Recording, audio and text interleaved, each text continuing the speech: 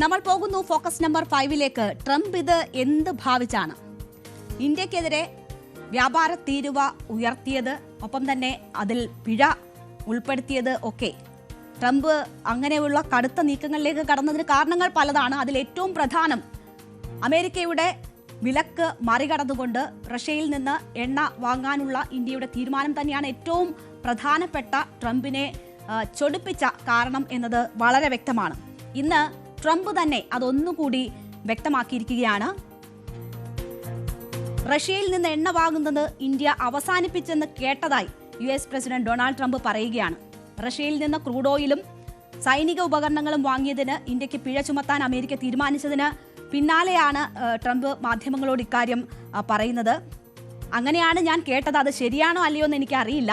ശരിയാണെങ്കിൽ അത് നല്ല നടപടിയാണ്. എന്ത് സംഭവിക്കുമെന്ന് നമുക്ക് കാണാം എന്നതാണ് ട്രംപ് ഇന്ന് മാധ്യമങ്ങളോട് പറഞ്ഞത്. അപ്പോൾ താൻ എന്താണ് ഇങ്ങനെ പെരുമാറുന്നത് എന്നതിന്റെ കാരണം ട്രംപ് തന്നെ തുറന്നു പറയുകയാണ് ചെയ്തത്.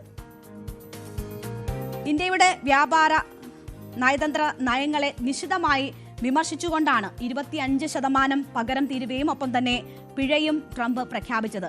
നല്ല സുഹൃത്താണ് എന്ന് പറയുമ്പോഴും ഇന്ത്യയുമായുള്ള കച്ചവടത്തിൽ നിന്ന് അമേരിക്കയ്ക്ക് നേട്ടമൊന്നുമില്ല. വളരെ കുറച്ച് കച്ചവടം മാത്രമേ അമേരിക്കയ്ക്ക് നടത്താൻ കഴിയുന്നുള്ളൂ. ഞങ്ങളിൽ നിന്ന് മറ്റാരും വാങ്ങാത്തത്ര തീരുവ പിടിക്കുന്നു. ഇതൊക്കെയാണ് ട്രംപ് ഇന്ത്യക്കെതിരെ ഉന്നയിച്ചിട്ടുള്ള പ്രധാനപ്പെട്ട ആരോപണങ്ങൾ.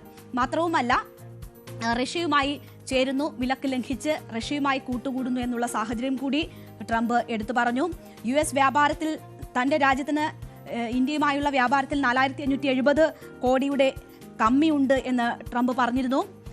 റഷ്യയിൽ നിന്ന് എണ്ണയും ആയുധങ്ങളും വാങ്ങുന്നതിനാണ് ഇന്ത്യക്ക് പിഴ കൂടി ഏർപ്പെടുത്തിയിരിക്കുന്നത് എന്ന കാര്യം സൂചിപ്പിച്ചു. അപ്പോൾ അതിനൊടുവിലാണ് ഇപ്പോൾ റഷ്യയിൽ നിന്ന് എണ്ണ വാങ്ങുന്നത് നിർത്തി എന്നൊരു കാര്യം ട്രംപ് സൂചിപ്പിക്കുന്നത്. റോയിറ്റേഴ്സിൽ വന്ന ചില വാർത്തകൾ ട്രംപ് ഇതിന് അടിസ്ഥാനമാക്കിയിട്ടുണ്ട്. നമ്മുടെ പ്രധാനപ്പെട്ട പെട്രോളിയം കമ്പനികൾ റഷ്യയിൽ നിന്ന് എണ്ണ വാങ്ങുന്നത് ഒരാഴ്ചയ്ക്ക് നിർത്തിയെന്ന ഒരു റോയിറ്റേഴ്സ് വാർത്തയുണ്ടായിരുന്നു. ഇതിന്റെ കൂടി പശ്ചാത്തലത്തിലാണ് ട്രംപ് ഈ വിവരങ്ങൾ നൽകുന്നത്. പക്ഷേ ഓരോ സമയത്തെയും വിലയെ അടിസ്ഥാനപ്പെടുത്തിയാണ് നമ്മുടെ ഈ എണ്ണ വ്യാപാരം അല്ലെങ്കിൽ എണ്ണ പർച്ചേസ് ഇതുമായി ബന്ധപ്പെട്ട് നടക്കുന്നത്. വിദേശകാര്യ മന്ത്രാലയം ഇതിനോട് പ്രതികരിച്ചിരിക്കുന്നത് രാജ്യത്ത് എണ്ണവില സാഹചര്യങ്ങൾ നോക്കിയാണ് രാജ്യത്ത് ഇത്തരം ക്രയവിക്രയങ്ങൾ നടക്കുന്നത് എന്നതാണ്. ഇങ്ങനെ ഒരു കാര്യം അറിഞ്ഞിട്ടില്ല എന്നത് വിദേശകാര്യ മന്ത്രാലയം വ്യക്തമാക്കുന്നുണ്ട്. അപ്പോൾ ട്രംപിന് എവിടെ നിന്ന് ഈ വാർത്ത കിട്ടിയെന്ന് അറിയില്ല. ട്രംപ് തന്റെ മനോവിചാരം ഇങ്ങനെ പറയുന്നു എന്ന് വേണം മനസ്സിലാക്കാൻ. കഴിഞ്ഞ ദിവസം ഇന്ത്യ കൂടുതൽ സമ്മർദ്ദങ്ങൾക്ക് പോകേണ്ട അല്ലെങ്കിൽ ഏതെങ്കിലും തരത്തിൽ അനുനയ നീക്കത്തിന് പോകേണ്ട എന്നൊരു തീരുമാനം ഇതുമായി ബന്ധപ്പെട്ട് സ്വീകരിച്ചിരുന്നു.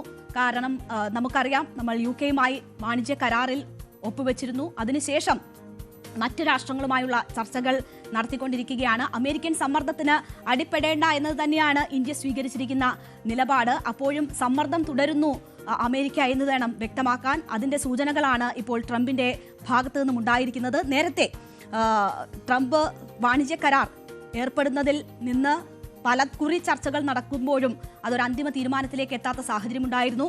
ഈ മാസം പകുതിക്ക് ശേഷം ഇവിടെ തുടർ ചർച്ചകൾ നടക്കാനിരിക്കെയാണ് അധിക തീരുവ ഏർപ്പെടുത്തിയ തീരുമാനം അമേരിക്കയുടെ ഭാഗത്തു നിന്നും ഉണ്ടാകുന്നതും വലിയ അനിശ്ചിതത്വം ഉടലെടുത്തിരിക്കുന്നതും. എന്തായാലും എന്താണ് തന്റെ മനസ്സിലിരിപ്പ് എന്നത് ട്രംപ് ആവർത്തിച്ച് പറയുകയാണ്. മാത്രവുമല്ല, റഷ്യൻ തീരത്തിനടുത്ത് വലിയ ആയുധ സന്നാഹമൊക്കെ ഒരുക്കുന്നുണ്ട്. മെദ്വദേവുമായിട്ടൊക്കെ നേരിട്ടുള്ള ഏറ്റുമുട്ടൽ വാക്കുകൊണ്ട് നടത്തുന്നുണ്ട് ട്രംപ്. എന്താണ് ട്രംപിന്റെ മനസ്സിലെ പദ്ധതി എന്നത് കാത്തിരുന്ന് തന്നെ കാണേണ്ടുന്നതാണ്. ഇടവേളയ്ക്ക് ശേഷം നമുക്ക് സെഗ്മെന്റുകളിലേക്ക് എത്താം.